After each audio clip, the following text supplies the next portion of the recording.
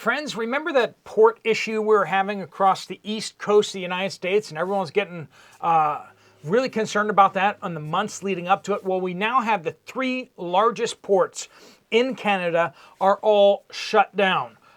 This is almost a majority of the shipping that goes into China is now shut down. This is a major, major story we need to talk about due to labor strikes.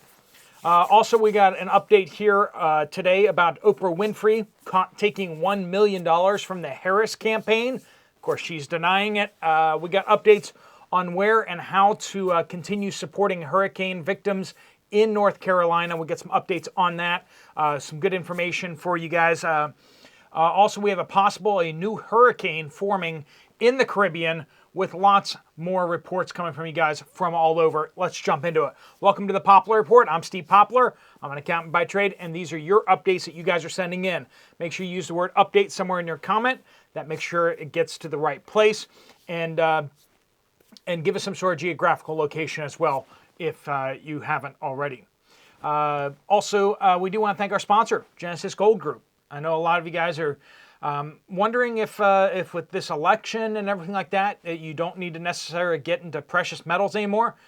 And yet, I do believe that we're going to continue to see inflation going up. We're going to continue seeing precious metals going up as the dollar declines. The stage is set. So if you want to protect your retirement account, you might want to talk to Jonathan and his team about what you can do about that. There'll be a link at the end of the video. Here's a report from Western North Carolina. Joan says Ingalls has a manager special on 5-pound bags of Idaho potatoes for $1.98 a bag. But before buying, I checked it out. They're hard as rocks and beautiful. I picked up 3 bags. Yes, Steve, people are still struggling to get down from their mountain properties due to the small bridges being destroyed. Some are actually lowering themselves by rope to get help. And help is so desperately needed, as many older women who seem to have been forgotten. Please spread the word that it will take years for what happened here to even clean out a dent in the suffering of poisoned water and foul air. All right, so I said check with the channels that are still working in the area. And you guys got back to me, and then I went and looked for myself too. But apparently Bear Independent, Patera, and Pinball have ended their direct assistance and are urging people to give directly to local organizations that are continuing to help. So local organizations are continuing on. Patera is pointing people to Deep River Farm channel on YouTube that's helping in North Carolina. I keep saying it, but Southern Baptist Disaster Relief, North Carolina's Southern Baptist Disaster Relief is a fantastic organization. Give to Samaritan's Purse is continuing helping on the ground as well. Those are good organizations to be giving to. All right, friends. I know at least Patera has explicitly said, please stop sending her stuff. I think she's traveling a little bit too or something, but she's saying that basically it's not, the aid is not getting through her to where it needs to go in a timely fashion. So please stop sending it to her. Give directly to the organizations that are working in the area. All right. Credit union in Gainesville, Florida got taken over by the NCUA on Friday. It's basically the FDIC, but for credit unions. So a credit union has failed down in Florida, and the National Credit Union Administration has taken it over. Just one more bank to have failed. We're seeing lots of these little banks kind of starting to fail, but all it's going to take is just a little bit more of a push, and we're going to see some larger banks start to fail. This is what I believe the Federal Reserve is really keeping its eye on. They've been cutting interest rates like it's a market crash, but the market is up. So what's up with that? They are afraid that they know the banks are teetering on the edge and they could fail, these large banks, and they need the interest rates to come down so that the federal government loans will come back up in value. As the loans go up in value, the interest rate goes down, and as the interest rate goes down, the value goes up. And they're stuck holding all of this government paper where they have very low interest rates when they bought it, and interest rates are high. So that means that their value is through the floor. These banks are stuck holding these toxic assets. We got Tropical Storm Sarah apparently forming in the Caribbean. This could get up to hurricane strength. It's very late in the season, and it's possible that it could hit Florida. We will have more warning before we get there, but just to put that on the radar for you guys, those of you down in Florida, like my parents, and oh gosh, I'll be there for that. So I'll be down in Florida next week for Thanksgiving. So I'll get down there a little bit early, visit with my parents before we have an early Thanksgiving, and then I'll be back up here the following week. So Oprah Winfrey was apparently paid $1 million, $500,000 and $500,000 to her cleverly designed business, which her name's Oprah, but if you spell it backwards, it's Hopro, and her production company is called Hopro, which is just her name spelled backwards. Apparently, they got $500,000 from Vice President Harris, her campaign. So there's this town hall that Oprah got paid $1 million. Yeah, I mean, if Vice President Harris offered to pay me $1 million, I don't know that I'd support her, but, I'd certainly get a lot quieter maybe. I don't know. What would you do if someone offered you $1 million to change your political persuasion a little bit? I mean, I don't know. That's a lot of money. It's a lot of money. But apparently it didn't work anyway. Yeah. It's coming out that a lot of these celebrities that went to these concerts and did these concerts for her were paid. Which, when all of your friends were paid to be your friends, it just doesn't hit the same, does it? Of course, we're not hearing about that before the election. We're hearing about it after the election. Mike Huckabee has been appointed Trump's ambassador to Israel. That's an encouraging update there. But we also have conversation that Marco Rubio might actually be appointed Secretary of State. We don't know who's floating that. If that might be the Trump campaign floating that, or the Trump administration floating that. It could, as a trial balloon, it could be other people floating it. But a lot of backlash against that because Marco Rubio is a bit of a hawk. And if you're not familiar with that, you got your doves, which are peace people, hawks that are always chomping at the bit for war. Marco Rubio tends to be on the war side of things. So people are concerned about that. So hopefully that doesn't come out. But the National Security Advisor is a hawk.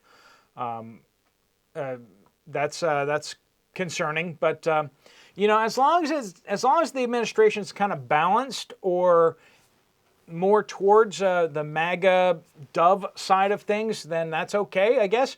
But every single one of these people that get in there and you're just kind of like, they're not my favorite. But what's happening right now is a major battle in the Senate is happening. There's going to be an election for it's going to be the Senate Majority Leader once the rest of the folks come in and get sworn in January. But right now it's the Senate Minority Leader replacing Mitch McConnell. They've called for the election early, I think probably to make sure that the new people don't get a vote in this. They're trying to install a rhino that's going to push back on Trump. Trump has endorsed Rick Scott, who is hopefully who wins. But Thune and Cornyn are also running, and there is the concern that one of those two guys are going to get in there, and they're both rhinos. They're Republicans in name only, so that is concerning. We're going to be holding our breath a little bit about that. I'm not sure if they can oust the Senate Majority Leader in January and have a new vote or what, but you got a bunch of these red dogs in the Senate that are, they've become part of the institution. They are part of the deep state, and that's concerning. The Houthis in Yemen claim they fired missiles and drones at the USS Abraham Lincoln as it passed by Yemen. That's not good when people are shooting at you. No word from the U.S. Navy, no indications they hit anything, and no response from the White House, but Yemen is out there talking smack about having tried to attack the U.S. aircraft carrier Abraham Lincoln. This is from Michelle. Employers Association at the Port of Montreal. This is our third port in Canada, and it's the top 3 ports across Canada. Vancouver, Montreal, and then there's one that I don't know the name of. It's near Montreal. It's near Vancouver, but it's like a rail. It's a direct. They take the things right off the ship and put it right onto the rail cars, and then off it goes. So it's not really like near a city that you'd recognize, but those 3 ports are all shut down. So they've locked out over 1,200 longshore workers last night, Sunday, because of the union workers rejecting an offer that was on the table last week. That's basically what happened the prior week with Vancouver and the other big port on the West Coast. The economy is going to hurt big time with each day this goes on, which means all of us will pay the price. Keep on prepping, keep praying, and stay safe, everyone. So, like I said, in addition to the 2 West Coast ports that are shut down, Canada's government, however, has now ordered, so this is just kind of breaking news today, Canada's government has now ordered the country's Labor Relations Board to order an end to the dispute, to all the disputes on all 3 ports. So that may be happening within hours. That may take a day or so to happen, but apparently they're going to order all the longshoremen back to work by fiat from the government. Speaking of shutdowns, Parrot Africa and South Africa yesterday, national shutdown for truck drivers will embark on this national shutdown. So basically, truck drivers across South Africa are going on strike, and they're not going to move anything. And this is big news down South Africa, just another one of these strikes. Of course, I talked previously about how farmers are going to go on strike in the UK, threatening to shut down ports and to block food getting to grocery stores one way or another. We'll see about that. Omega Woman says, like upstate New York, Hannaford Grocery, their online system in central Maine, is down since last week. So that online grocery delivery and pickups apparently is down. And this is, so if it's from New York all the way over to Maine, that's a pretty big section there. And I wasn't going to cover this, but I just watched a video from MD Creekmore. A lot of you guys are familiar with him. He has a video up saying basically that he's going to stop posting content that's related to prepping, news, that type of thing. So if I heard that right, in YouTube, you always see those videos from people, not usually in the preparedness community, usually from outside, and they're always trying to just get more views by pretending that they're going offline. But I think MB Creekmore is switching to a different kind of channel on YouTube, and I'm not sure all his other future plans. But if you like him, you might want to go watch that video for yourself, at least as a farewell to him on the content that he has been producing. He's been one of my favorites personally. So hats off to him for all the good work he's put in and the books that he's written, and just done a fantastic job over there. All right, that wasn't supposed to be part of this update, but I couldn't help myself. Anyway, this is from Definitely. Virginia, we were 38 days, no rain. We finally got a little bit of rain, but it's still looking dry after. So we're talking about the drought across the U.S. Ravenwolf Pack update. Coffee in St. John's Arizona, 2 months ago, it was $7.99 for the big Folgers. Now it's $12. Went from $8 to $12 in just 2 months. We've been telling you coffee prices are going to go up and coffee shortages may be impacting other countries, as well as it's just going to make prices higher here probably. Sadie says hubby went to urgent care clinic for a serious sinus infection. He had missed work and needed a doctor's report for verification. When he registered online for the appointment, the application asked him if he is Hispanic or non-Hispanic. That's weird. No other nationality options given. This was in rural East Central Indiana.